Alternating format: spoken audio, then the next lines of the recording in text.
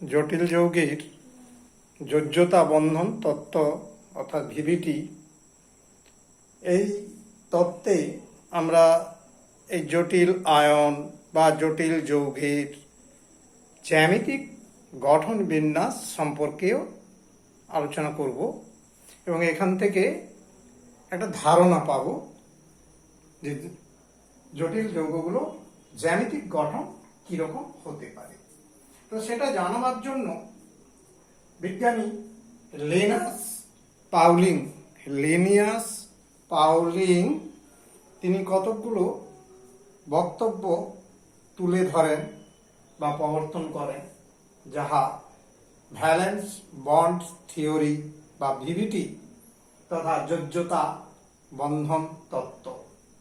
এর প্রথম যে বক্তব্যে বলা আছে যে নির্দিষ্ট লিগান তার সাথে কেন্দ্রীয় ধাতব যে পরমাণু বা আয়ন যে বন্ধনে যুক্ত হয় সেগুলো অসমযোজী বন্ধন, এবং সেটা আমরা ভার্নারের তত্ত্বে জানতে পেরেছিলাম যে সেই যোজ্যতাগুলো কি না গৌণ যোজ্যতা বা সেকেন্ডারি ভ্যালেন্সি। তো সেই গৌণ যোজ্যতা তথা অসমযোজী বন্ধনগুলো গঠন করার জন্য যে কক্ষকগুলো ব্যবহৃত হয় কেন্দ্রীয় ধাতব আয়ন বা পরমাণু, ফাঁকা অরবিটালগুলো, শূন্য অরবিটালগুলো, সেগুলো হচ্ছে ব্যবহৃত হয়। যেমন দেখো, আমরা একটা এক্সাম্পল দিচ্ছি, নিকেল টেট্রাসায়ানাইড, এই যে জটিল আয়ন যেটার আইউপিএসি নাম টেট্রাসায়ানিডো নিকেলেট 2। তো এখন এই যৌগে নিকেল ক্যাটায়নটা রয়েছে নিকেল 2+, আর নিকেলের আমরা তো জানি পারমাণবিক ক্রমাঙ্ক 28, কাজে ওর যোজ্যতা কক্ষের ইলেকট্রন বিন্যাস 3d8 4s2 4p0 আর 4d0। এই হচ্ছে বিষয়টি হয়েছে। তার মানে যখন নিকেল দুটো ইলেকট্রন বর্জন করে তখন এটা ইলেকট্রন বিন্যাসটা তখন s অরবিটাল থেকে ইলেকট্রনটা চলে যায়। তার মানে এটা হচ্ছে নিকেল 2+ এর যোজ্যতা কক্ষের ইলেকট্রন বিন্যাস, যা অরবিটাল গুলো দেখাচ্ছি। দেখো কক্ষকগুলো, যে ডি তো 5টা কক্ষক, ডি এর উপকক্ষ গুলো 5টা রয়েছে, এস একটা উপকক্ষ নিয়ে তৈরি, আর পি হচ্ছে 3টা, ডি 5টা। তো এই যে আমরা কক্ষকগুলো দেখছি এখানে ইলেকট্রন বিন্যাস স্বাভাবিক ভাবে হুন্ডের নিয়ম অনুযায়ী 8টা রয়েছে, মানে 1 2 3 4 5 6 7 8, অর্থাৎ এখানে এই ব্যাপারটা রয়েছে। এটা যখন সায়ানাইড লিগ্যান্ডের সাথে জটিল আয়ন গঠন করে তখন সায়ানাইড মূলকটা হচ্ছে শক্তিশালী ক্ষেত্রের অর্থাৎ তীব্র লিগ্যান্ড, যাহা ইলেকট্রনকে বিকর্ষণ করে, এই যে ইলেকট্রনগুলো আছে এগুলোকে বিকর্ষণ করে কাছাকাছি এনে দেয়, যাকে বলা হচ্ছে এই যে বিজোড় দুটো ইলেকট্রন পেয়ারিং হয়েছে অর্থাৎ যুগ্ম অবস্থায় এসে যায়, এটাকে বলা হয় স্পিন পেয়ারিং। তখন এই নিকেল টেট্রাসায়ানাইড কম্পাউন্ডে এইরকম অবস্থাটা তৈরি হয়। এখন এখানে দেখো অরবিটাল কতগুলো খালি রয়েছে, 1 2 3 4 5, আর ওপাশে 5টা 10টা অরবিটাল খালি রয়েছে। সেটাই বলা হচ্ছে যে এই প্রথমে যেটা বলা হচ্ছে নির্দিষ্ট লিগ্যান্ডের সঙ্গে অসমযোজী বন্ধন বা গৌণ যোজ্যতা তৈরি করার জন্য কেন্দ্রীয় ধাতু বা ধাতব আয়নের কতকগুলি শূন্য অরবিটাল থাকতে হবে। তার মানে শূন্য অরবিটাল অনেকগুলো রয়েছে, 10খানা রয়েছে, তার মধ্যে এখানে 4খানা অসমযোজী বন্ধন গঠনে এখানে ব্যবহৃত হবে অরবিটাল। তার মানে এই একটা অরবিটাল, এই একটা, এই একটা, এখানে একটা। তার মানে দেখো একটা ডি অরবিটাল আর একটা এস, দুটো পি অরবিটাল। এইভাবে এর ইলেকট্রন বিন্যাস হলে অরবিটালগুলো খালি হলো। এইবার 2 নম্বরে যেটা বলা হচ্ছে, এই শূন্য অরবিটালগুলো সম প্রকৃতির অর্থাৎ সমশক্তি সম্পন্ন, সমগুণ সম্পন্ন সদৃশ প্রকৃতির হয়, অর্থাৎ সাব অরবিটালগুলো মিক্সিং হয়ে যায়, সংকরায়িত হয়ে যায়। এই অবস্থায় একটা এস অরবিটাল, হ্যাঁ, তার আগে একটা ডি অরবিটাল, তারপর দেখো দুটো পি অরবিটাল, অর্থাৎ এখানে লক্ষ্য করো একটা ডি অরবিটাল, একটা এস অরবিটাল, দুটো পি অরবিটাল, অর্থাৎ DsP2 সংকরায়ন, যেটা আমরা 11-এ শিখেছিলাম। হ্যাঁ, সংকরায়নের প্রকৃতিটা হলো একটা ডি অরবিটাল, একটা এস অরবিটাল, দুটো পি অরবিটাল। এই অবস্থাটা সংকরায়িত হবে। এখানে পরপর এই কথাগুলো বলা আছে। দেখো দ্বিতীয় কথা যেটা বলা আছে, কেন্দ্রীয় ধাতু বা আয়নে উপযুক্ত শূন্য অরবিটালগুলো, যে খালি অরবিটালগুলো সংকরায়িত হয়ে সমশক্তি সম্পন্ন নির্দিষ্ট জ্যামিতিক গঠনযুক্ত, অর্থাৎ একটা নির্দিষ্ট দিক বরাবর এই অরবিটালগুলো, কক্ষকগুলো, যেটা বলা হচ্ছে সংকর কক্ষক তৈরি করে। এই কক্ষকগুলো মিক্সিং কক্ষক, প্রত্যেকটা কক্ষকের নাম হবে DsP2, DsP2, DsP2, DsP2, চারটা DsP2 সংকর কক্ষক তৈরি হচ্ছে। এগুলো নির্দিষ্ট জ্যামিতিক গঠনযুক্ত হবে। তারপরে বলছে লক্ষ্য করো, একটা লক্ষ্য করো, এখানে কথাটা বলছে সংকরণে অংশগ্রহণকারী ডি অরবিটালটি যদি অভ্যন্তরীণ কক্ষের হয়, অর্থাৎ এখানে দেখো অভ্যন্তরীণ কক্ষ বলতে বাইরের কক্ষটা তো 4 নম্বর কক্ষ, তাহলে অভ্যন্তরীণ এখানে ডি অরবিটালটা আছে 3D অরবিটালের কক্ষ, তার মানে এটা অভ্যন্তরীণ, হ্যাঁ, ডি কক্ষক রয়েছে। এই কথাটা বলা হচ্ছে এখানে সংকরণে অংশগ্রহণকারী ডি অরবিটালটি অভ্যন্তরীণ কক্ষে, অর্থাৎ n-1, n এর মান 4, এক্ষেত্রে n এর মান 4, তাহলে n-1 ডি কক্ষ, এটাকে বলা হচ্ছে অভ্যন্তরীণ ডি কক্ষ, উপস্থিত থাকলে, হ্যাঁ, উপস্থিত হলে অভ্যন্তরীণ কক্ষক গঠিত জটিল যৌগ, তার মানে এটা অভ্যন্তরীণ কক্ষক গঠিত জটিল যৌগ, এই যে নিকেল টেট্রাসায়ানাইড, এই যৌগটা হচ্ছে।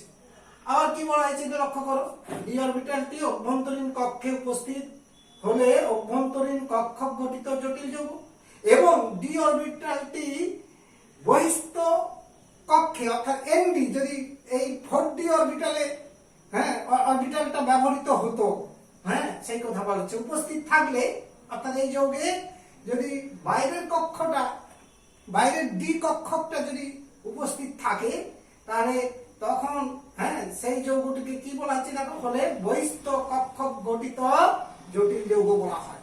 তাহলে অভ্যন্তরীণ কক্ষক গঠিত যৌগ, আরেকটা হয় বহিস্থ কক্ষক গঠিত হচ্ছে জটিল যৌগ। এই দুটো নাম তোমাদের শেখানো হলো। এখন শিখতে পারলে যে কখন অভ্যন্তরীণ কক্ষক গঠিত জটিল যৌগ হবে, যখন ভেতরের কক্ষক ডি অরবিটাল ব্যবহৃত হবে, আর যখন বাইরের ডি অরবিটাল ব্যবহৃত হবে, সেক্ষেত্রে আমরা পরে এক্সাম্পল দিলে তোমরা দেখতে পাবে বহিস্থ কক্ষের, হ্যাঁ, অরবিটাল, ডি অরবিটাল ব্যবহৃত হয়েছে এমন কিছু জটিল যৌগে, সেক্ষেত্রে আমরা উদাহরণ তুলে ধরতে পারবো। কেমন? তো আমরা তাহলে 3টে যে তত্ত্ব থেকে শিখলাম। 1 নম্বর কথা নিশ্চিত বুঝতে পারলে যে জটিল যৌগ গঠনে লিগ্যান্ডগুলো যে কেন্দ্রীয় ধাতব পরমাণু বা আয়নের সাথে, হ্যাঁ, যুক্ত হয় যে অসমযোজী বন্ধন, সেই অসমযোজী বন্ধনগুলো গঠন করার জন্য কেন্দ্রীয় ধাতব আয়ন বা পরমাণুতে কতগুলো ফাঁকা অরবিটাল থাকতে হবে।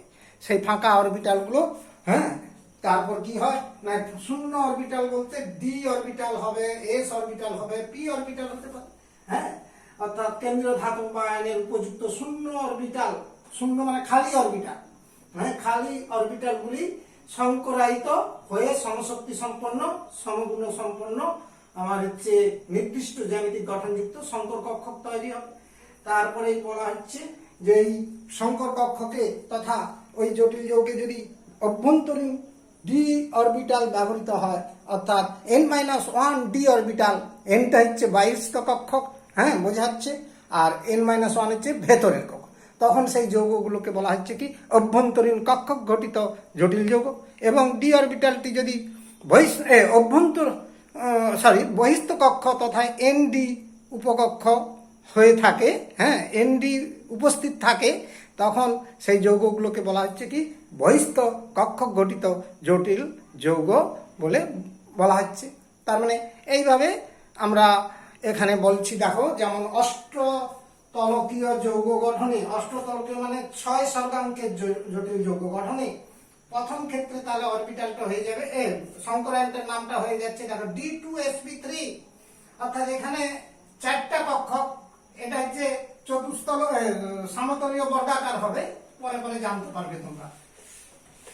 এখানে কি বলা হচ্ছে দেখো, যদি এই প্রথম ক্ষেত্রে হয় তাতে n-1 d অরবিটাল যদি হয়, তখন সেটাকে নাম দিতে হচ্ছে কি না d2sp3, কারণ এখানে কতগুলো কক্ষক ব্যবহৃত হচ্ছে, অষ্টতলকের জন্য 6টা কক্ষক, 2টো d অরবিটাল, একটা s, 3টা p অরবিটাল, d2sp3, তখন এই সংক্রায়নটার নাম হচ্ছে। আর দ্বিতীয় ক্ষেত্র মানে যদি ভেতরের কক্ষক বাইরের কক্ষ হয়, বাইরের বহিস্থ ডি অরবিটাল ব্যবহৃত হয়, তখন কিন্তু ডিটাকে পরে লেখা হয়, অর্থাৎ তখন নামটা হয়ে যাচ্ছে sp3d2, অর্থাৎ যেটা এখানে আমি লিখেছি sp3d2 সংক্রায়ন বোঝানো হচ্ছে। তাহলে দেখো, ভেতরের ডি অরবিটাল ব্যবহৃত হলে ডিটা আগে লেখা হবে, অর্থাৎ এখানে 6টা কক্ষককে d2sp3, আর বাইরের কক্ষ 6টা হলে তখন হচ্ছে দেখো, বাইরের ডি অরবিটাল যদি ব্যবহৃত হয় তখন ডিটা পরে লেখা হবে, অর্থাৎ sp3d2 সংকরায়ন বলে পরিচিত হচ্ছে, কারণ এক্ষেত্রে 6টা কক্ষক ব্যবহৃত হয়। আর তোমরা তো জানো এস একটাই কক্ষক, আর হচ্ছে পিতে 3টে কক্ষক, কাজে sp3 হতে বাধ্য, আর ডিতে 2টো নিতে বাধ্য, কারণ 6টা কক্ষকের জন্য এইটা হয়। তাহলে অভ্যন্তরীণ অরবিটাল ডি হলে তখন 6 স্বর্গাঙ্কের যৌগের ক্ষেত্রে সংকরায়নটাকে বলবে d2sp3, আর বহিস্থ ডি অরবিটাল ব্যবহৃত হলে তখন সংকরায়নটার নাম হয়ে যাবে sp3d2। এটা হচ্ছে অষ্টতলকীয় যৌগের ক্ষেত্রে। আর 4 স্বর্গাঙ্কের যৌগের ক্ষেত্রে কিছুক্ষণ আগে নিকেলের যে যৌগটা উদাহরণ দিয়েছি 4 স্বর্গাঙ্কে, যদি অভ্যন্তরীণ হয় তখন আমরা নাম দিয়েছিলাম dsp2, 4টা কক্ষক ব্যবহৃত হচ্ছে, হ্যাঁ, একটা ডি, একটা এস, 2টো পি, কারণ ঠিক আছে। এরপর যদি ডিটা বহিস্থ কক্ষের হয় তখন নামটা হয়ে যাবে তখন নামটা হয়ে যাচ্ছে দেখো sp2d, এইভাবে নাম হতে পারে। তো যাই হোক, সাধারণত বহিস্থ কক্ষের ক্ষেত্রে 4 স্বর্গাঙ্কের যৌগে ব্যবহৃত হয় না, হয় সবসময় অভ্যন্তরীণ ডি অরবিটাল ব্যবহৃত। তাই 4 স্বর্গাঙ্কের ক্ষেত্রে সংকরায়নটা dsp2 হতে পারে, অথবা আরেকটা হয় sp3, তার মানে সেক্ষেত্রে ডি অরবিটাল ব্যবহৃত হয় না। সেটা কখন হয় কি হয় সে উদাহরণ সহ পরপর আমরা আরো তত্ত্বগুলো আলোচনা করলে জানতে পারবো। তাহলে দেখো, এরপর 4 নম্বর যে নিয়মটা রয়েছে, অর্থাৎ 4 নম্বর বক্তব্যে বলা হচ্ছে যে লিগ্যান্ডের তো দাতা পরমাণু থাকে, সেই দাতা পরমাণু ইলেকট্রন জোড় থাকে, তো সেই ইলেকট্রন জোড় পূর্ণ তথা ইলেকট্রন পূর্ণ কক্ষক, তার মানে লিগ্যান্ডের দাতা পরমাণুর ইলেকট্রন পূর্ণ কক্ষক, আর কেন্দ্রীয় ধাতব পরমাণু বা আয়নিক যে সংকর কক্ষক, যেটা মানে সংকরায়নে তৈরি হয়েছে, সেই সংকর কক্ষক আর লিগ্যান্ডের ইলেকট্রন পূর্ণ কক্ষকের অভিলেপন ঘটে দিয়ে তোমার অসমযোজী সিগমা বন্ধন তৈরি হয়। এরপরের যে 4 নম্বরের কথাটা বলা হচ্ছে দেখো, লিগ্যান্ডের ইলেকট্রন পূর্ণ কক্ষক ও ধাতব পরমাণু বা আয়নে সংকর কক্ষকের অভিলেপন ঘটে, তার ফলে অসমযোজী সিগমা বন্ধন তৈরি হয়। কেমন, ঠিক আছে?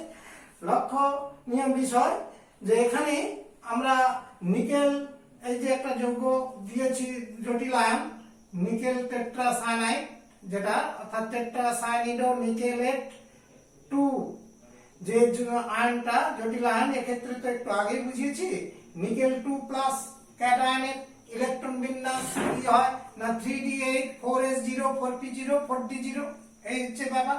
তো এবার সায়ানাইড, তার মানে 3d8 এর ইলেকট্রন বিন্যাস দেখো 3টা যুগ্ম ইলেকট্রন আছে আর 2টো বিজোড় ইলেকট্রন আছে। কেমন, ঠিক আছে? তাহলে এই যে খালি অরবিটাল, এই এর মধ্যে যে কক্ষগুলো সংকরায়িত হবে, সেই সংকরায়িত কক্ষকের সঙ্গে লিগ্যান্ড, এখানে সায়ানাইড রয়েছে, তো সায়ানাইডের কার্বনের যে লোন পেয়ারটা রয়েছে, কার্বন দাতা পরমাণু, এখানে এই অরবিটালের সঙ্গে কি হবে না ওর ওই ইলেকট্রন পূর্ণ কক্ষকের অভিলেপন করবে, সেইটাই যে 1 নম্বরে বলা হয়েছে, এটা মাথায় রাখবে। তো দ্বিতীয় 6 নম্বরে 5 নম্বর যে বক্তব্য বা যে স্বীকার্যতে বলা হচ্ছে, লিগ্যান্ড 2 প্রকারের হয়, একটা শক্তিশালী বা তীব্র লিগ্যান্ড, অর্থাৎ শক্তিশালী চৌম্বক ক্ষেত্র রয়েছে, আরেকটা হচ্ছে দুর্বল তড়িৎ ক্ষেত্রে চৌম্বক ক্ষেত্র যুক্ত আরেক ধরনের লিগ্যান্ড রয়েছে। তো সেই শক্তিশালী ক্ষেত্রের লিগ্যান্ড গুলো যদি এখানে কেন্দ্রীয় ধাতব হচ্ছে আয়নের সাথে যুক্ত হয় অসমজীব বন্ধনে, সেক্ষেত্রে কি হবে না, এই কেন্দ্রীয় ধাতব আয়নের যে ইলেকট্রন গুলো অযুগ্ম রয়েছে মানে বিজোড় ইলেকট্রন, এই বিজোড় ইলেকট্রন গুলো শক্তিশালী লিগ্যান্ড দ্বারা যুগ্মীকরণ হয়ে যাবে, তার মানে স্পিন পেয়ারিং ঘটবে। আর যদি দুর্বল লিগ্যান্ড থাকে, যেমন ক্লোরাইড যদি এখানে থাকতো লিগ্যান্ড, যদি যৌগটা টেট্রাক্লোরিডো নিকেলেট এটা যদি হতো, তখন কিন্তু ক্লোরাইড মানে ক্লোরিডো নিকেল মানে যে লিগ্যান্ড এটা দুর্বল, সেক্ষেত্রে কিন্তু আর স্পিন পেয়ারিং হবে না, অর্থাৎ সেক্ষেত্রে এই অরবিটাল গুলো ব্যবহৃত হবে, অর্থাৎ এই অরবিটাল গুলো সংকরায়িত হয়ে থাকবে এই সংকর কক্ষগুলোর সাথে যে আমার লিগ্যান্ড ক্লোরাইডের লোন পেয়ার, ক্লোরাইড আয়নের লোন পেয়ার ওর সঙ্গে কি হবে না অসমী বন্ধনে যুক্ত হবে, তার মানে অভিলেপন ঘটে গিয়ে অরবিটাল গুলোর অভিলেপন ঘটে গিয়ে অসমী বন্ধন গঠিত হবে। তাহলে এইরূপ ক্ষেত্রটা 5 নম্বরে কি বললাম, যেটা বোঝালাম না, তীব্র বা শক্তিশালী ক্ষেত্র লিগ্যান্ড, সেই শক্তিশালী ক্ষেত্রের লিগ্যান্ড গুলো মুখস্থ রাখতে হবে। সেগুলো কোন কোন ক্ষেত্রে দেখো, সায়ানিডো Cn-, carbonyl CO, ethylene diamine En, হ্যাঁ অলরেডি পরিচিত হয়ে আছো, আর একটা হচ্ছে অ্যামিন NH3। তাহলে এগুলোর মধ্যে 4টা লিগ্যান্ডের কোন একটা যদি লিগ্যান্ড থেকে যায়, সেগুলো হচ্ছে শক্তিশালী ক্ষেত্রের লিগ্যান্ড। এক্ষেত্রে কি বলছে, তীব্র বা শক্তিশালী লিগ্যান্ড, এগুলো মুখস্থ রাখতে হবে বললাম। এর উপস্থিতিতে ধাতুর বিজোড় ইলেকট্রনের যুগ্মকরণ মানে স্পিন পেয়ারিং ঘটবে। এবং দেখো দুর্বল ক্ষেত্র লিগ্যান্ড সেগুলো কোনগুলো, ফ্লোরিডো অ্যাকোয়া মানে জল, ক্লোরিডো Cl-, হাইড্রক্সিডো OH-, অথবা হচ্ছে অক্সালেট আয়ন, যেটা আমরা অলরেডি পরিচিত হয়ে আছি। এখানে 5টা লিগ্যান্ড দিয়েছি দুর্বল লিগ্যান্ড, এগুলোর কোনো একটা যদি থাকে, এখানে যেমন টেট্রাক্লোরিডোর ক্ষেত্রে দুর্বল লিগ্যান্ড আছে, আর এখানে কিন্তু সায়ানিডো শক্তিশালী ক্ষেত্র আছে। তাহলে ওর ক্ষেত্রে কি হবে না, এর উপস্থিতিতে দুর্বল ক্ষেত্র লিগ্যান্ডের উপস্থিতিতে ধাতুর বিজোড় ইলেকট্রনের যুগ্মকরণ হয় না, মানে স্পিন পেয়ারিং হবে না। তাহলে আমাদের মাথায় রাখতে হবে যে স্পিন পেয়ারিং কখন হবে আর কখন হবে না, মানে অযুগ্ম ইলেকট্রন বিজোড় ইলেকট্রন গুলো যুগ্মকরণ কখন হবে, পেয়ারিং কখন হবে আর কখন হবে না। পেয়ারিং হবে যদি শক্তিশালী ক্ষেত্রের লিগ্যান্ড থাকে, আর হচ্ছে নন পেয়ারিং হবে, অর্থাৎ পেয়ারিং হবে না, স্পিন পেয়ারিং হবে না দুর্বল লিগ্যান্ড থাকে। তো এখানে আমি দেখাচ্ছি, দেখো যদি আমরা এই প্রথম যৌগটা অর্থাৎ টেট্রাসায়ানিডো নিকেলেটের ক্ষেত্রে NiCl CN4 2- এই আয়নটার ক্ষেত্রে এখানে দুটো বিজোড় ইলেকট্রন, এক্ষেত্রে কি হবে না, এই ইলেকট্রন বিজোড় ইলেকট্রন দুটো পরস্পর পেয়ারিং হয়ে যাবে, যুগ্ম হয়ে যাবে, অর্থাৎ স্পিন পেয়ারিং একে বলা হয়। তখন অরবিটাল এইটা খালি হলো, তখন কি হবে, এখানে 4টা লিগ্যান্ড রয়েছে, মানে 4টা অরবিটালের মধ্যে সংকরায়িত হবে 1 2 3 4, অর্থাৎ এই 4টা অরবিটালের সঙ্গে এই 4টা লিগ্যান্ড যুক্ত হবে। কিভাবে হবে দেখাচ্ছি, অর্থাৎ এইটার সঙ্গে অভিলেপন হয়ে ক্রস গুলোকে লোন পেয়ার দিয়ে দেখাচ্ছি, অসমযোজী বন্ধন তীর চিহ্ন সায়ানিডো, এই একটা সায়ানিডো অসমযোজী বন্ধন অর্থাৎ লোন পেয়ার দিয়ে 4টা অসমযোজী বন্ধন, 4টা লিগ্যান্ড সায়ানিডোর সাথে যুক্ত হয়ে যাবে, কেমন ঠিক আছে। এটা হচ্ছে ঘটনাক্রম। আর নিকেল টেট্রাক্লোরিডো যদি যুক্ত হয়, অর্থাৎ এই লিগ্যান্ডটা তখন দুর্বল ক্ষেত্রের লিগ্যান্ড হলে তখন কিন্তু আর স্পিন পেয়ারিং হবে না, অর্থাৎ তখন কিন্তু বিজোড় ইলেকট্রন থেকে গেল, অর্থাৎ এটা যুগ্মকরণ হবে না যখন এই যৌগটার ক্ষেত্রে, অর্থাৎ টেট্রাক্লোরিডো নিকেলেট 2 এর ক্ষেত্রে, কেননা ক্লোরিডো তো আমরা দেখাচ্ছি দুর্বল লিগ্যান্ড, সেই ক্ষেত্রে স্পিন পেয়ারিং হবে না, তখন তাহলে 4টা অরবিটাল ব্যবহৃত হবে, কারণ 4টা ক্লোরিডো 4টা অসমযোজী বন্ধন গঠন করে। তখন দেখো এটা এটা এটা এটা, তার মানে p অরবিটাল 3টা নিল, s অরবিটাল একটা, দ্যাট ইজ sp3 সংকরায়ন হবে। অর্থাৎ এই ক্ষেত্রে দেখো এইগুলো ব্যবহৃত হবে অসমযোজী বন্ধন কার সাথে না, ক্লোরাইড ইলেকট্রন জোড় দিল, ক্লোরাইড ইলেকট্রন জোড় দিল, ক্লোরাইডটাকে আমরা কিন্তু আইপিএসি তে ক্লোরিডও বলে থাকি। তাহলে এইভাবে ঘটনাটা, তাহলে 5 নম্বর নিয়মটা বুঝতে পারলে যে স্পিন পেয়ারিং কখন হবে কখন হবে না, এটা বিষয়টা মাথায় রাখতে হবে।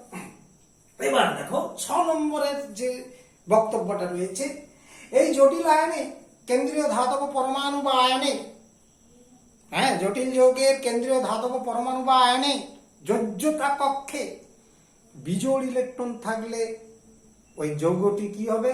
প্যারাম্যাগনেটিক, অর্থাৎ পরাশ্চুম্বকীয় তথা চৌম্বকধর্মী, চুম্বক দ্বারা আকৃষ্ট হবে।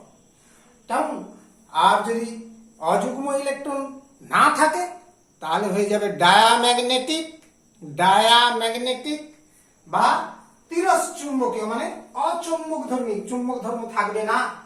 এখানে আন্ডারলাইন করে আমি দাগ দিয়েছি, দেখো এটা বলছি জটিল যৌগে কেন্দ্রীয় ধাতু বা আয়নের যোজক কক্ষে বিজোড় ইলেকট্রন থাকলে যৌগটি প্যারাম্যাগনেটিক বা পরাশ্চুম্বকীয়, কেমন মানে চুম্বকধর্মী, এবং বিজোড় ইলেকট্রন না থাকলে যৌগটি ডায়াম্যাগনেটিক বা তিরশ্চুম্বকীয়, তার মানে অচুম্বকধর্মী, চুম্বক ধর্ম থাকবে না, হয়ে থাকে। এবং এদের এই চুম্বক যেগুলো ধর্মী, তার মানে প্যারাম্যাগনেটিক যৌগের চৌম্বকের কতটা ক্ষমতা রয়েছে সেটাকে মাপা হয়, পরিমাপ করা হয় চৌম্বক ভ্রামক দ্বারা, অর্থাৎ চৌম্বকীয় প্রকৃতিটা কত, সেই চৌম্বকীয় প্রকৃতিটা, হ্যাঁ ম্যাগনেটিক ফাইন পাওয়ার কতটা হবে না, চৌম্বক ভ্রামকের মান হচ্ছে এটা হচ্ছে mu is equal to square root of n into n+2, এই সূত্র অনুযায়ী হবে। এটা তোমরা ইলেকট্রন বিন্যাসে পরমাণু গঠনে জেনেছো এই তত্ত্বটা, হ্যাঁ সেটাই এখানে অ্যাপ্লাই করা হচ্ছে, যেখানে n এর মানটা কি না বিজোড় ইলেকট্রনের সংখ্যা। এবার দেখো আমরা নিকেল টেট্রাক্লোরিডো অর্থাৎ এই দ্বিতীয় যৌগটার ক্ষেত্রে দেখো দুটো বিজোড় ইলেকট্রন রয়েছে, কেন্দ্রীয় ধাতব আয়নে দুটো বিজোড় ইলেকট্রন রয়েছে, তাহলে এর ক্ষেত্রে চৌম্বক ভ্রামকের মান মিউ ইজিক্যাল টু n এর মান কত হচ্ছে 2, তাহলে 2 ইনটু 2+2 এত বোর ম্যাগনেটন bm এককটা, দ্যাট ইজ 2 2 4 2 8, 8 মানে 2√2 বোর ম্যাগনেটন। তাহলে এই হচ্ছে 6 নম্বর নিয়মটা, বুঝতে পারলে। এবার দেখো নিকেল টেট্রাসায়ানাইড যৌগের কিছুক্ষণ আগে আমরা দেখিয়েছিলাম, সেটা এই ইলেকট্রন জোড়টা কি হয়েছিল, স্পিন পেয়ারিং হয়েছিল, তাহলে তখন এই অরবিটালটা ব্যবহৃত হয়েছিল, আর এখানে এই অরবিটালটা ফাঁকা পড়েছিল, তার মানে সেই ক্ষেত্রে অরবিটাল ব্যবহৃত হয়েছিল ভিতরের D orbital cyanide, Cn Cn Cn Cn, তখন সংকরায়নটা কি হয়েছে DsP2, হ্যাঁ তখন ডি একটা ডি অরবিটাল, তারপরে এস, আগে যেহেতু ভিতরের ডি অরবিটাল তাই DsP2 সংকরায়ন। আর এই ক্ষেত্রে দেখো অযুগ্ম ইলেকট্রন সংখ্যা কত 0, তাহলে মিউ অর্থাৎ চৌম্বক ভ্রামকের মান কত না 0, অর্থাৎ অচুম্বক ধর্মী হবে। তাহলে এই হলো 6খানা বক্তব্য, হচ্ছে 7খানা বক্তব্য। 7 নম্বরের বক্তব্যে আমরা বলবো যে কখন যৌগটা, হ্যাঁ জ্যামিতিক গঠন কি রূপ হতে পারে সেই বিষয়টা আমরা আসছি। 7 নম্বরে যেটা বলছিলাম যে ধাতব আয়নের বা কেন্দ্রীয় ধাতুর, জটিল যৌগে যে কেন্দ্রীয় ধাতু বা ধাতব আয়নের যে অরবিটালগুলো, শূন্য অরবিটালগুলোর সংকরায়নের প্রকৃতি অনুযায়ী যৌগগুলোর জ্যামিতিক গঠন কেমন হতে পারে সেই টেবলেটে একটা করে দেখাচ্ছি। দেখো আমরা এখানে কিভাবে দেখাচ্ছি লক্ষ্য করো, যদি স্বর্গাঙ্ক 4 হয় অর্থাৎ 4টা অরবিটাল, হ্যাঁ যদি হচ্ছে সংকরায়িত হয় তখন তো 4 স্বর্গাঙ্ক হবে, 4টা অসমজীব বন্ধন গঠিত হবে, এবং সেইটা দু উপায়ে হতে পারে। কিভাবে উপায় হতে পারে, যদি ভেতরের ডি অরবিটাল ব্যবহৃত হয় তখন সেই সংকরায়নটাকে বলা হয় DsP2, কারণ মোট 4টা অরবিটাল, একটা ডি ভিতরের ডি অরবিটাল, আর বাইরের কক্ষে এস, আর বাইরের কক্ষে দুটো পি অরবিটাল, মোট 2 একে 3 একে 4টা অরবিটাল ব্যবহৃত হচ্ছে 4টা। আর এইরূপ সংকরায়ন হলে তখন জটিল যৌগ বা আয়নের জ্যামিতিক গঠনটা কেমন হবে না সমতলীয় বর্গাকার, স্কয়ার প্লেনার, সমতলীয় বর্গাকার হবে। আবার দেখো, যদি 4 স্বর্গাঙ্কের অর্থাৎ স্বর্গাঙ্ক সংখ্যা 4 হলো, 4টা অসমযোজী বন্ধন, 4টা একযোজী লিগ্যান্ড যুক্ত হলো, সেক্ষেত্রে 4টা অরবিটাল ব্যবহৃত হবে এবং অরবিটাল ডি অরবিটাল যদি ভেতরের না থাকে তখন কিন্তু বাইরের কক্ষের একটা এস অরবিটাল আর পি তো 3টা থাকে, কাজের সংক্রায়নটা হচ্ছে sp3 সংক্রায়ন। এরূপ ক্ষেত্রে ওই জটিল যৌগ বা আয়নের জ্যামিতিক গঠনটা হবে চতুস্তলকীয় গঠন হবে, অর্থাৎ টেট্রাহেড্রাল হবে। এবার 6 স্বর্গাঙ্কের যৌগ, 6 স্বর্গাঙ্কের যৌগ আমরা 6টা অরবিটাল ব্যবহৃত হতে পারে জানি।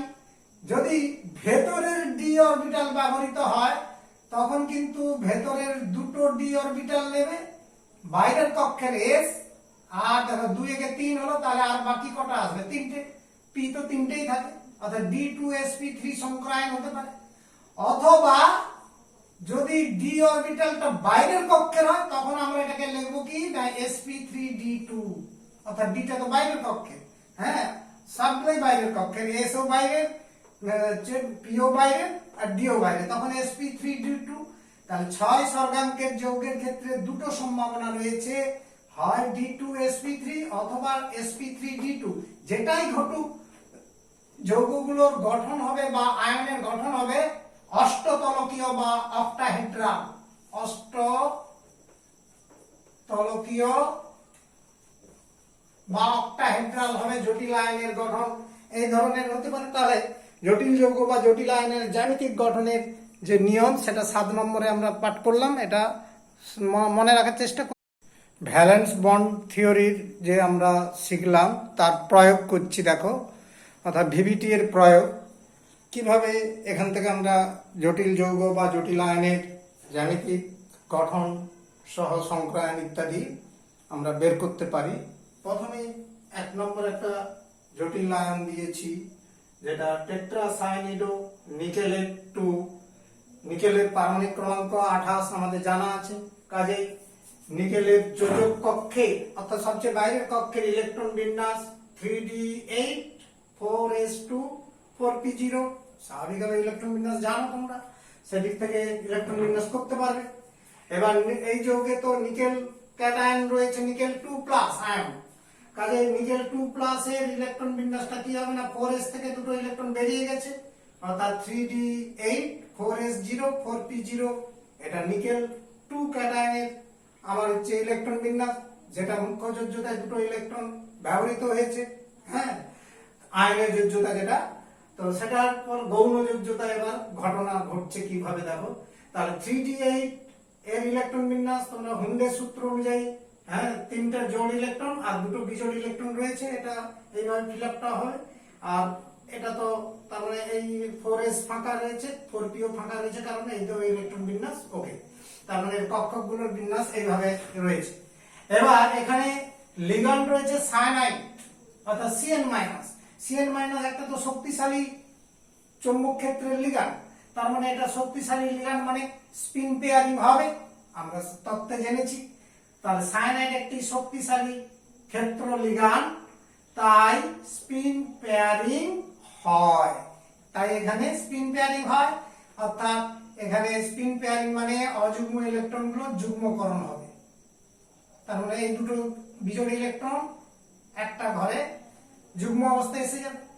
এবার তাহলে কতগুলো অরবিটাল খালি হচ্ছে না ডি অরবিটাল একটা, এস একটা, পি 3টা, লাগছে কটা অরবিটাল 4টা অরবিটাল, মানে এই একটা, এই একটা, এই একটা, এই একটা, তার মানে এখান থেকে 3টে থেকে 4টা অরবিটাল পেয়ে যাচ্ছে, মানে সংক্রায়নটা হচ্ছে ভেতরের ডি অরবিটাল মানে dsp2 সংক্রায়ন হবে।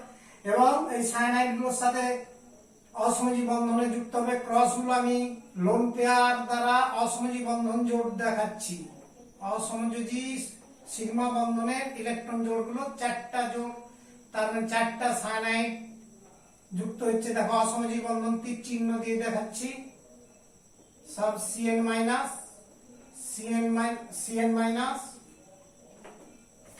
সায়ানাইড Cn-, সবগুলো সাথে যুক্ত হলো, তার মানে এই হলো এর গঠন। আর এখানে সংকরায়ন তাহলে কি হচ্ছে এই DsP2, অর্থাৎ সংকরায়নটার নাম বলছি DsP2 সংকরায়ন। এখানটা এই লেখাটা মুছে দিতে হবে, DsP2 সংকরায়ন, DsP2 সংকরায়ন। তাহলে লক্ষ্য করো, আমি এরপরে আমাদের যে ছকে বাঁধা ধারণাটা লিখতে হবে, এখান থেকে আমরা যেটা পেলাম সংকরায়ন হলো কি DsP2।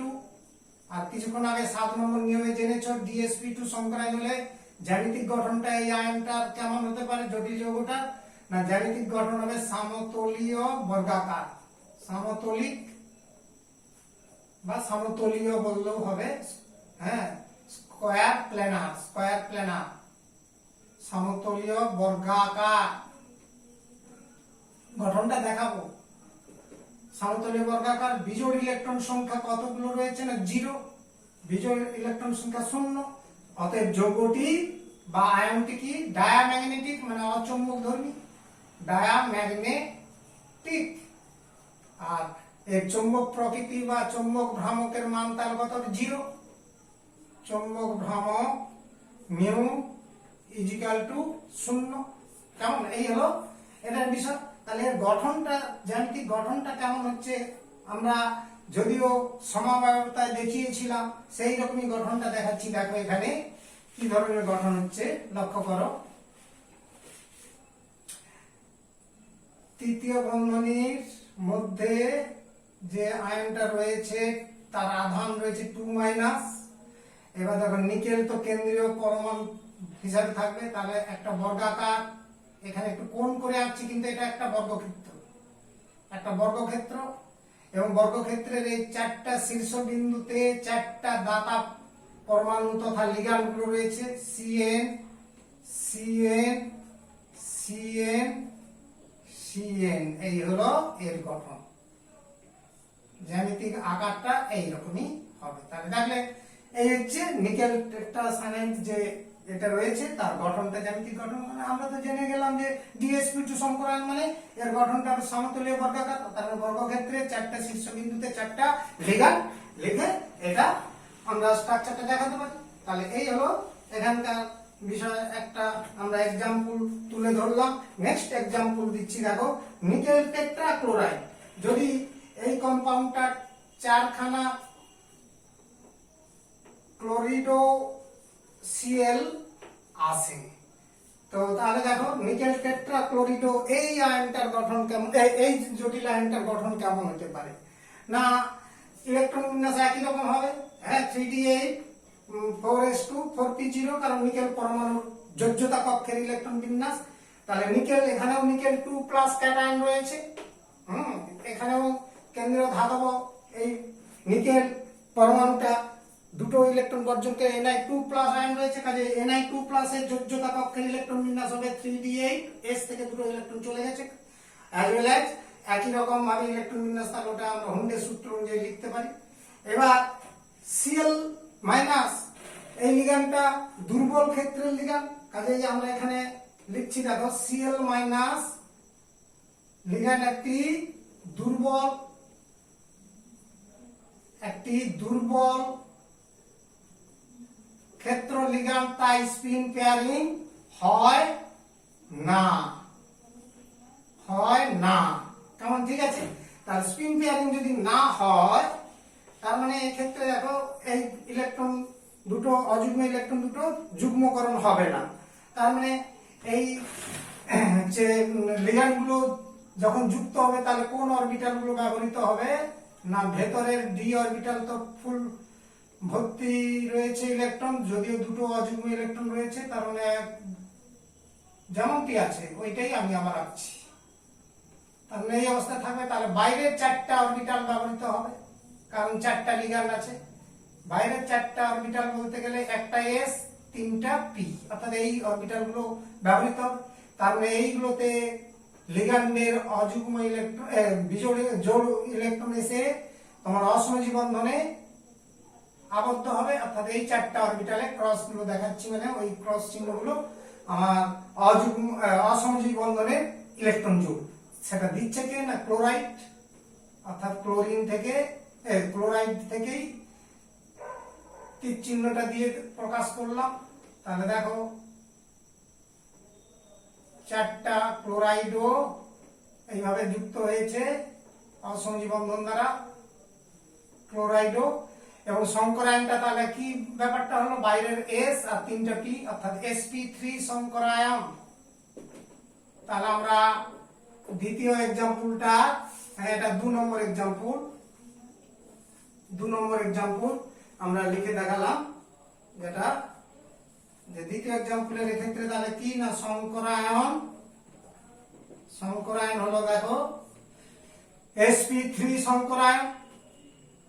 আর সংকরায়নের পরে আমরা জ্যামিতিক গঠন, এটা তো জানি চতুস্তলকীয়, তাহলে জ্যামিতিক গঠন চতুস্তলকীয়।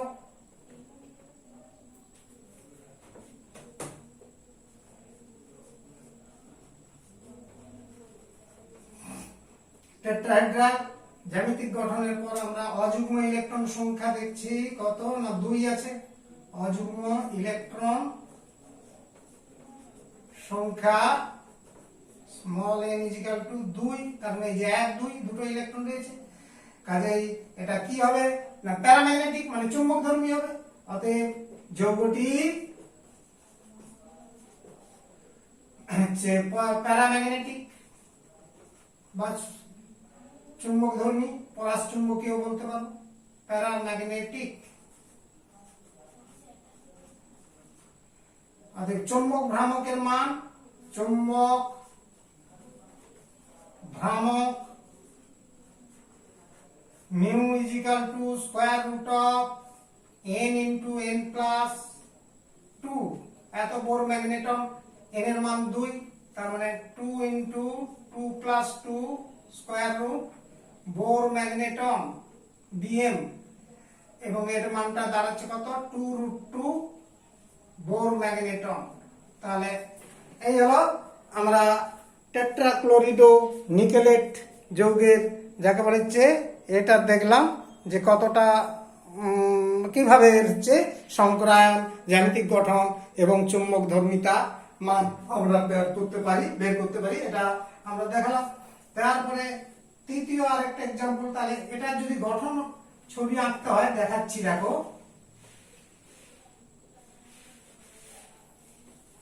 একটা একটা করে গঠন দেখে দিচ্ছি, আর গুলো আঁকবো না। তৃতীয় বন্ধনীর মধ্যে এই জটিল আয়নটা রয়েছে, নিকেল তো কেন্দ্রে থাকবে, একটা চতুস্তলক যেমনটি হয়, চতুস্তলকীয় গঠন তোমরা জানো, ক্লাস 11 শিখেছো কার্বনের চতুস্তলকীয় গঠন। এই তার মানে এইভাবে একটা চতুস্তলকে 4টা শীর্ষবিন্দুতে 4টা ligand Cl Cl Cl Cl, এই হচ্ছে চতুস্তলকীয় গঠন।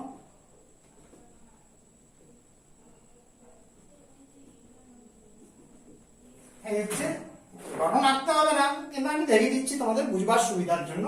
তার মানে এই মানে জটিল আয়নটার গঠন জ্যামিতিক গঠন এরকমই হবে, আর তার চৌম্বক ধর্মী ইত্যাদি সেগুলো তো জানতে পারলে। নেক্সট হচ্ছে আমরা তৃতীয় একটা যৌগের উদাহরণ দিচ্ছি, নিকেল টেট্রাকার্বনিল NiCO। এইটা নিকেল টেট্রাকার্বনিল, এই কম্পাউন্ডটার দিকে একটু তাকাও, যে নিকেল টেট্রাকার্বনিল কম্পাউন্ড এগুলো খুবই গুরুত্বপূর্ণ, তোমাদের মাথায় রাখতে হবে যে এটার ক্ষেত্রে কেমনটি হলো, ওই যে টেট্রাসায়ানিডের মতোই যৌগটার ক্ষেত্রে যেমনটি হয়েছিল, তার মানে বুঝতে সুবিধা হবে, এই জন্য তোমাদের দেখাচ্ছি। দেখো যে এখানে নিকেল টেট্রাকার্বনিল কম্পাউন্ডের ক্ষেত্রে ইলেকট্রন কিভাবে রয়েছে না লক্ষণীয় বিষয়, যেখানে তোমার হচ্ছে প্রথমে নিকেলের হচ্ছে কতগুলো ইলেকট্রন রয়েছে না, নিকেলের রয়েছে তোমার লক্ষ্য করো হচ্ছে 3d8 4s2, এটা আর এখানে কিন্তু নিকেল ক্যাটায়ন নেই, এটা চার্জ শূন্য, কারণ এটা প্রশম হচ্ছে জটিল যৌগ। এখানে কিন্তু নিকেলের আধান কিছু নেই, Ni 0, তার মানে এটা আধানহীন পরমাণুর গঠন। যেমনটি রয়েছে পরমাণুর যোজ্যতা কক্ষের ইলেকট্রন বিন্যাস এইটাই হবে। তার মানে এর হচ্ছে বাইরের কক্ষের ইলেকট্রন বিন্যাস যেটা হবে নিকেল 2+ আর আসছে না, অর্থাৎ এক্ষেত্রে যে ইলেকট্রন বিন্যাসটা হচ্ছে একটু একে দেখাচ্ছি। তার মানে নিকেলের ইলেকট্রন বিন্যাস D8 আছে,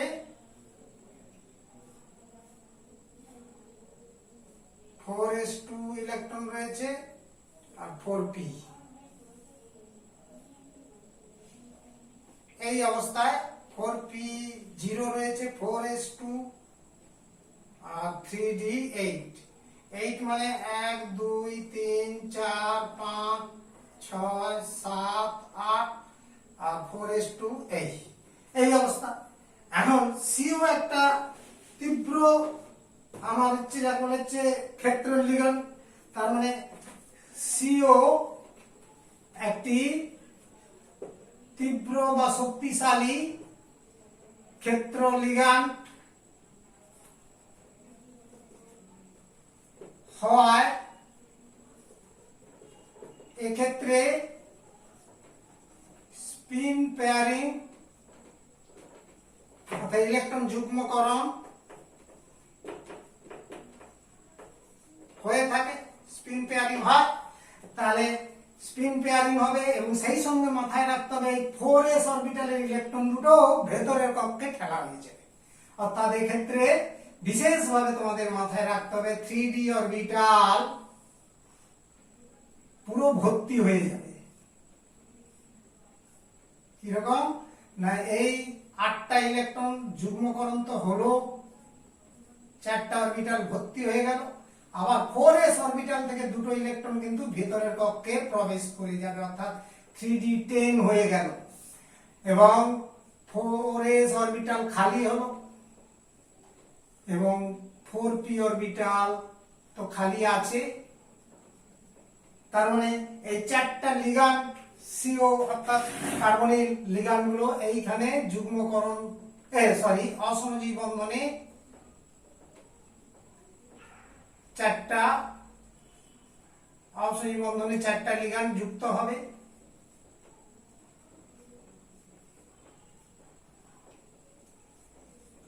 তার মানে সংকরায়নটা হলো sp3 সংকরায়ন। কারণ এখানে তাহলে সংকরায়ন তো জানলে ফার্স্ট এই অ্যানসারগুলো আলাদা করে লিখে দেখাতে হবে। sp3 সংকরায়ন, তাহলে আমার সংকরায়নের পর জ্যামিতিক গঠন তাহলে কি হওয়া উচিত? চতুস্তলকীয়। জ্যামিতিক গঠন চতুস্তলকীয়।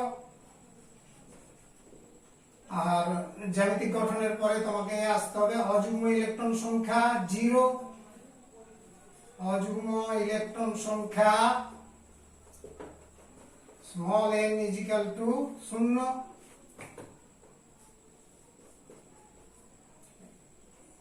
অযুগ্ম ইলেকট্রন সংখ্যা 0, তার মানে অতএব যৌগটি ডায়াম্যাগনেটিক। জটিল যৌগটি ডায়াম্যাগনেটিক মানে তিরশ্চুম্বকীয়, ডায়াম্যাগনেটিক অচৌম্বক ধর্মী। ডায়াম্যাগনেটিক তার মানে অচৌম্বক ধর্মী। আর চৌম্বক ভ্রামক তাহলে 0 হবে। চৌম্বক ভ্রামক মিউর মান, যেহেতু n এর মান 0 কাজেই এটার মান 0 হলো। তাহলে এই হলো আমরা যাকে বলি যে 3 নম্বর যৌগ সম্পর্কীয় ধারণা করলাম, এইভাবে মাথায় রাখতে হবে। তাহলে এটা হলো 3 নম্বর। আমরা 3টা এক্সাম্পল দিলাম, এইরকমই তোমরা আরো অনেক যৌগের উদাহরণ পাবে, একটু বইগুলো খেয়াল করে খুললে সব করতে পারবে। আমি নেক্সট আরো একটু যৌগ দিচ্ছি যেগুলো তোমাদের সাধারণত খুবই গুরুত্বপূর্ণ যৌগ হয়, যেমন কপার টেট্রাক্লোরিডো কিউপ্রেট। হ্যাঁ, এখানে কপার 2+ আয়ন রয়েছে আর কপারের পারমাণবিক ক্রমাঙ্ক তোমাদের জানা আছে 29। কেমন? তাহলে এক্ষেত্রে তাহলে আমরা দেখো হচ্ছে কপার পরমাণু, কপারের যোজক কক্ষে যোজ্যতা কক্ষে ইলেকট্রন বিন্যাস ইলেকট্রন বিন্যাস কি হওয়া উচিত না 4s1 3d10 আর হচ্ছে 4p0 4d0 এই অবস্থায় রয়েছে। তারপর দেখো আমার যাকে বলছে কি কপার 2+ আয়নের ইলেকট্রন বিন্যাস, আমরা এখানে কপার 2+ ক্যাটায়ন রয়েছে, তাহলে কপার 2+ ক্যাটায়নের ওই যোজ্যতা কক্ষের ইলেকট্রন বিন্যাস কি হবে না 3d9, এখান থেকে একটা ইলেকট্রন এখান থেকে একটা ইলেকট্রন বেরিয়ে গেল, 4s0 4p0 4d0 এই অবস্থায় রয়েছে ইলেকট্রন বিন্যাস। কাজে এর যে ক্ষেত্রে লক্ষ্য করবে ক্লোরাইড তো দুর্বল ক্ষেত্রের লিগ্যান্ড, Cl দুর্বল ক্ষেত্র লিগ্যান্ড, তাই এখানে স্পিন পেয়ারিং হবে না, স্পিন পেয়ারিং হয় না। অতএব ইলেকট্রন বিন্যাসটা কেমন দাঁড়াবে দেখো, ডি অরবিটাল 1 3d অরবিটালের যেমন 9টা ইলেকট্রন রয়েছে 2 4 6 8 9, আর যে 4s অরবিটাল ফাঁকা রয়েছে আর 4p অরবিটাল ফাঁকা রয়েছে, ডি অরবিটাল লাগবে না, অতএব এটা না লিখলেও চলতাম, কেটে দিলাম, অর্থাৎ এটা মুছেই দিচ্ছি, লাগছে না কারণ 4টা অরবিটাল লাগবে। কাজেই এসে একটা পি এ 4s অরবিটাল আর 4p অরবিটাল, এই 4টা অসমযোজী বন্ধন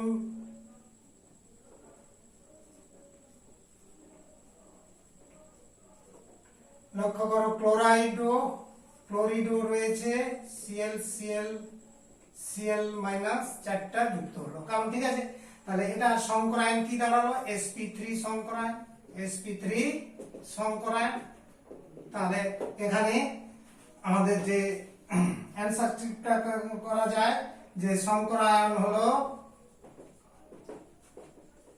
sp3, আর হচ্ছে সংকরায়নের পর হচ্ছে যাকে বলে অযুগ্ম হচ্ছে জ্যামিতিক গঠন চতুস্তলকীয়, জ্যামিতিক গঠন চতুস্তলকীয়, আর জ্যামিতিক গঠনের পর অযুগ্ম ইলেকট্রন সংখ্যা, অযুগ্ম ইলেকট্রন সংখ্যা স্মল n এর মান কত হচ্ছে না একটা ইলেকট্রন রয়েছে অযুগ্ম ইলেকট্রন, তার মানে 1, কাজেই যৌগটি চৌম্বকধর্মী মানে প্যারাম্যাগনেটিক বা পরাশ্চুম্বকীয়, প্যারাম্যাগনেটিক চৌম্বক ভ্রামক মিউ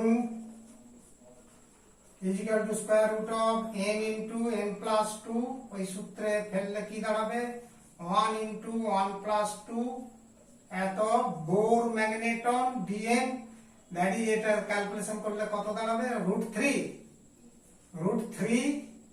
বোর ম্যাগনেটন।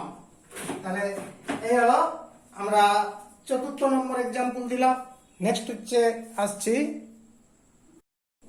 দেখো এরপর 5 নম্বর একটা উদাহরণ দিয়েছি 6 স্বর্গাঙ্কের যৌগ জটিল আয়ন, যে হেক্সামিন কোবাল্ট 3 অর্থাৎ CONH3 3+, এই ক্ষেত্রে লক্ষ্য করবে এটা তো প্রসম লিগ্যান্ড, দেখো কোবাল্ট এখানে 3+ ক্যাটায়নটা রয়েছে কারণ 3 জারণ স্তর রয়েছে, আর কোবাল্টের পারমাণবিক ক্রমাঙ্ক 27, স্বাভাবিকভাবে কোবাল্টের যোজক কক্ষের ইলেকট্রন বিন্যাস হওয়া উচিত 3d7 4s2 4p0, কেমন, তাহলে 4p0 এটা 0, তাহলে এবার এখানে কোবাল্ট 3+ 3টা ইলেকট্রন বেরিয়ে যাবে, অর্থাৎ s থেকে দুটো আর d থেকে একটা, তার মানে 3d6 হয়ে যাবে, অর্থাৎ 3d6। হ্যাঁ, এখানে লক্ষ্য করো কোবাল্ট 3+ এর যোজক কক্ষের ইলেকট্রন বিন্যাস 3d6 4s0 4p0, তার মানে 3d6 এর ইলেকট্রন বিন্যাসটা এইরকমই হবে হুন্ডের রুল অনুযায়ী, হুন্ডের সূত্র অনুযায়ী। হ্যাঁ, আর 4s0 আছে 4p এটা তো 4p অরবিটাল। তো এখানে অ্যামিন লিগ্যান্ড রয়েছে NH3, এটা শক্তিশালী ক্ষেত্র লিগ্যান্ড, কাজেই আমার স্পিন পেয়ারিং হবে। অর্থাৎ স্পিন পেয়ারিং হয় অর্থাৎ এখানে দেখো ইলেকট্রন গুলো যুগ্মীকরণ হয়ে যাবে, 6টা ইলেকট্রন, তার মানে 3টে জোড় অবস্থায় এসে যাবে, তার মানে ডি অরবিটাল দুটো ফাঁকা হলো, অর্থাৎ দুটো অরবিটাল ডি খালি হলো। হ্যাঁ, তাহলে আমি এটা একটু ছোট করে আঁকছি, একটু মুছে, এটা জায়গাটা শর্ট হয়ে যাচ্ছে লিখতে, এই জন্য একটু ছোট করে দিলাম। আচ্ছা, ঠিক আছে।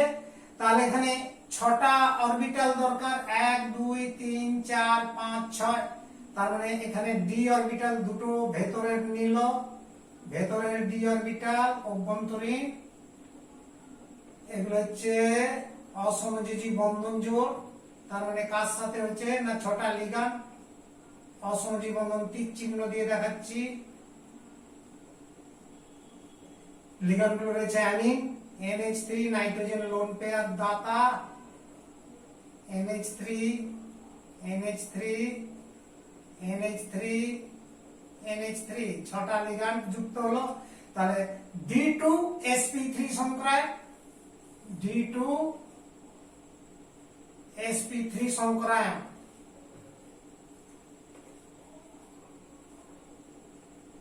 D2sp3 সংকরায়ন হয়েছে। তাহলে দেখো এখানে আমরা এবারে আমাদের টেবিলেটটা সাজাচ্ছি। দেখো সংকরায়ন তাহলে কি বলবো, D2sp3, আর 6 স্বর্গাঙ্কে যাই সংকরায়ন ঘটুক, 6 স্বর্গাঙ্ক হলে যৌগটা অষ্টতলকীয় হবে, অক্টাহেড্রাল জ্যামিতিক গঠন, অযুগ্ম ইলেকট্রন 0।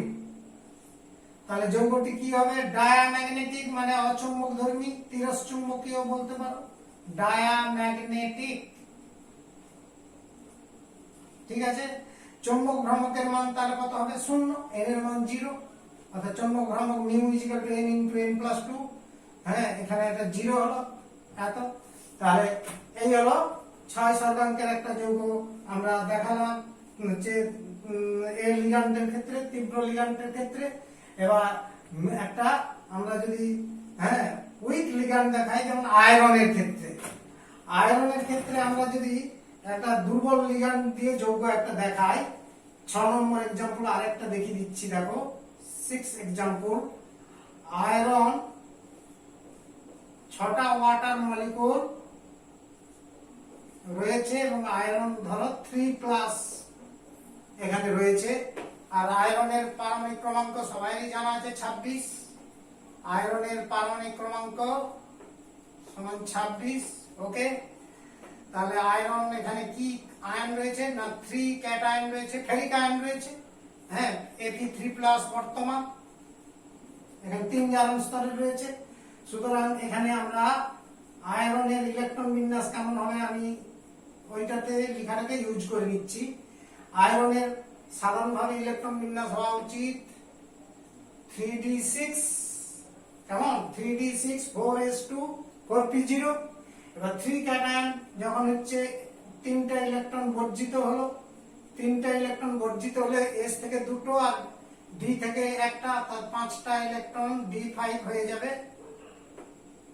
d5 ইলেকট্রন হয়ে যাবে, অর্থাৎ d5 4s0। হ্যাঁ, দুটো একে 3টা ইলেকট্রন বেরিয়ে গেল, তাহলে d3d5 4s0 4p0, এই ইলেকট্রন বিন্যাসটা হবে ফেরিক আয়নের।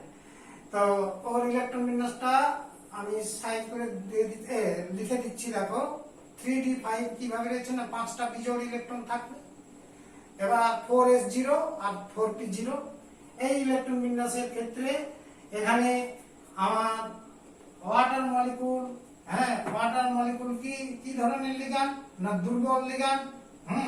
তাহলে H2O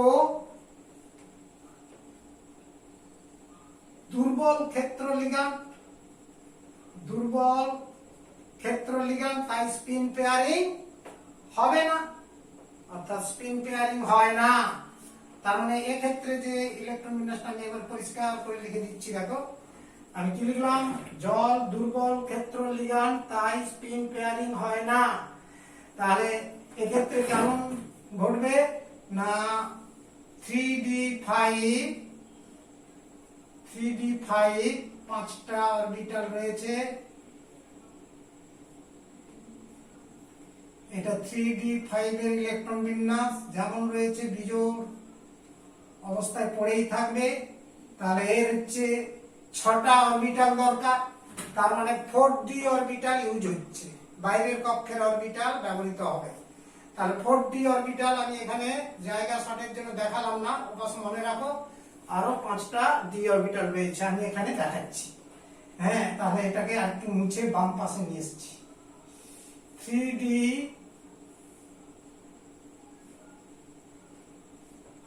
3d অরবিটাল, 5টা বিজোড় ইলেকট্রন রয়েছে। ওকে, 4s অরবিটাল একটা, 4p অরবিটাল 3টে, এটা 4p 4s, এরপর 4d, অর্থাৎ 4d অরবিটাল 5টা রয়েছে। ওকে, তার মোট কটা অরবিটাল দরকার? 6টা। তার মানে এই একটা, এই দুটো, 3টে, 4টা, 5টা, 6টা। তার মানে এইগুলো হচ্ছে লিগ্যান্ডের সঙ্গে অসমযোজী বন্ধন তীর চিহ্ন দিয়ে দেখিয়েছি। এখানে জলের অক্সিজেন পরমাণু, দাতা পরমাণু, H2O জলের অণুগুলো দেখাচ্ছি, এগুলো মানে লিগ্যান্ড অ্যাকুয়া, এই অ্যাকুয়া গুলোর সাথে যুক্ত হলো। তাহলে এখানে সংকরায়নটা কি দাঁড়ালো? sp3d2, অর্থাৎ সংকরায়ন হলো sp3d2 সংকরায়ন। কারণ ঠিক আছে, তাহলে এখানে সংকরায়নের প্রকৃতি আমরা কি লিখতে পারি?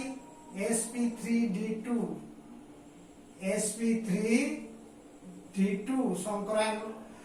অণুটার জ্যামিতিক গঠন কি হবে? অষ্টতলকীয়, অর্থাৎ একই রকম গঠন হলো, 6 স্বর্গাঙ্কের যৌগ হলেই অষ্টতলকীয় হবে। অযুগ্ম ইলেকট্রন সংখ্যা কত? 5, তার মানে অযুগ্ম ইলেকট্রন সংখ্যা হলো 5। তাহলে যৌগটা কি হবে? প্যারাম্যাগনেটিক, মানে চৌম্বকধর্মী। হ্যাঁ, প্যারাম্যাগনেটিক, যৌগটি প্যারাম্যাগনেটিক। আর চৌম্বক ভ্রামকের মান √5 × 5 + 2, কারণ n এর মান 5, তার মানে 5 দিয়ে 7 = 35। এত বোর ম্যাগনেটন, √35 বোর ম্যাগনেটন।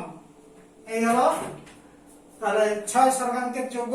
আয়রনের একটা দেখালাম, তীব্র আর হচ্ছে দুর্বল ক্ষেত্র, লিগ্যান্ড, দুটো দিয়ে উদাহরণ দেখালাম। এছাড়া তোমরা অনেক পাবে, বই থেকে করবে, এবং যেগুলো এক্সারসাইজ আছে সেগুলোও দেখবে, কোশ্চেন ব্যাংক দেখবে। হ্যাঁ, না পারলে আমাকে কমেন্টে প্রশ্ন করে ছেড়ে দেবে, আমি উত্তর করে দেবো।